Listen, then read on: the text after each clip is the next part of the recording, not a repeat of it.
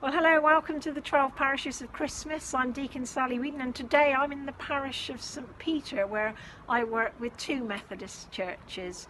I'm here today at the Bethesda Methodist Church, and during this time of lockdown and all the restrictions that have been put in place, we have found a new way of doing things with our young people and our families. We now meet in the great outdoors. We worship God and learn about God in creation with something called Adventure Church. Across the road there we have the Bethesda Pre-School, and of course they have also had to find new ways of doing things during this pandemic, and the team there have done a fantastic job of making sure that all the children are safe and caring for the children of essential workers during this difficult time. Well, here we are in Philadelphie Methodist Church in the parish of St. Peter. It's actually a Messy Church centre, but we're not meeting for Messy Church at the moment. So instead, our dedicated team since August have been packing messy bags every month with a Bible story and craft activities, and these bags are distributed out among families in the parish so that they can learn about God and Jesus in the safety of their own homes. The Methodist Advent campaign this year is God is with us, and the strapline is "It's been a tough year, but God is with us at Christmas and always." And here at Messy Church we have indeed found that to be the case. In the December Messy bags we gave away a record 46 bags, and we're actually distributing these bags now to families who have never engaged with Messy Church before, so we give God praise and thanks for that. But now we're going over to the Parish Church, where the rector, Father Michael Phillips, has a very warm welcome for you, and he's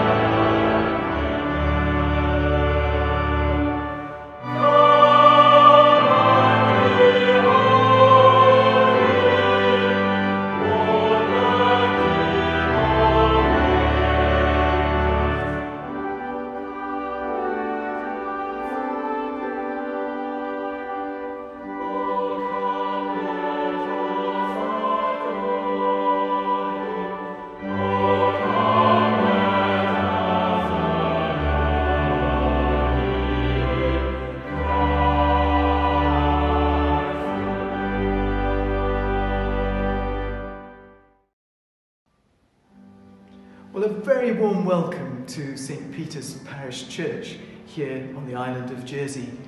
Thank you for joining me. You'll hear in the background, incidentally, a carol being played, "O Come, All Ye Faithful." And so it's nice that you've joined me in this church just for a few minutes for some thoughts about Christmas. You're the faithful joining me at this moment, an appropriate hymn.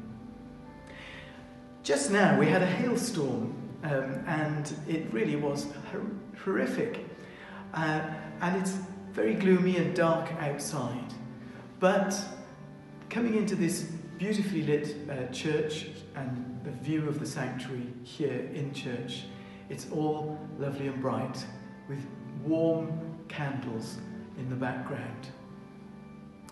And what I hope is that the reading that I'm just going to give may help you to feel a little warmer inside as we gather just for this moment. At that time, the Emperor Augustus ordered a census to be taken throughout the Roman Empire. When this first census took place, Quirinius was governor of Syria. Everyone then went to register himself, each to his own town. Joseph went from the town of Nazareth in Galilee to the town of Bethlehem in Judea, the birthplace of King David. Joseph went there because he was a descendant of David. He went to register with Mary, who was promised in marriage to him. She was pregnant, and while they were in Bethlehem, the time came for her to have her baby.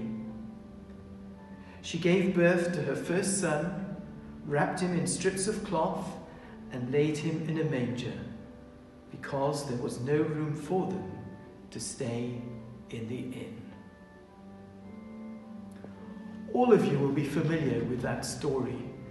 And it's not just a story, of course. As Christians, we believe that is what happened. And what strikes me about the story is that God came down from heaven to become a mere human being like you or me. The maker of the whole universe made himself into one of his own creatures, a human being. That shows God's humility and love. And my wish for you is to have that love in your homes this Christmas time. At the heart of the Christian life is, of course, prayer.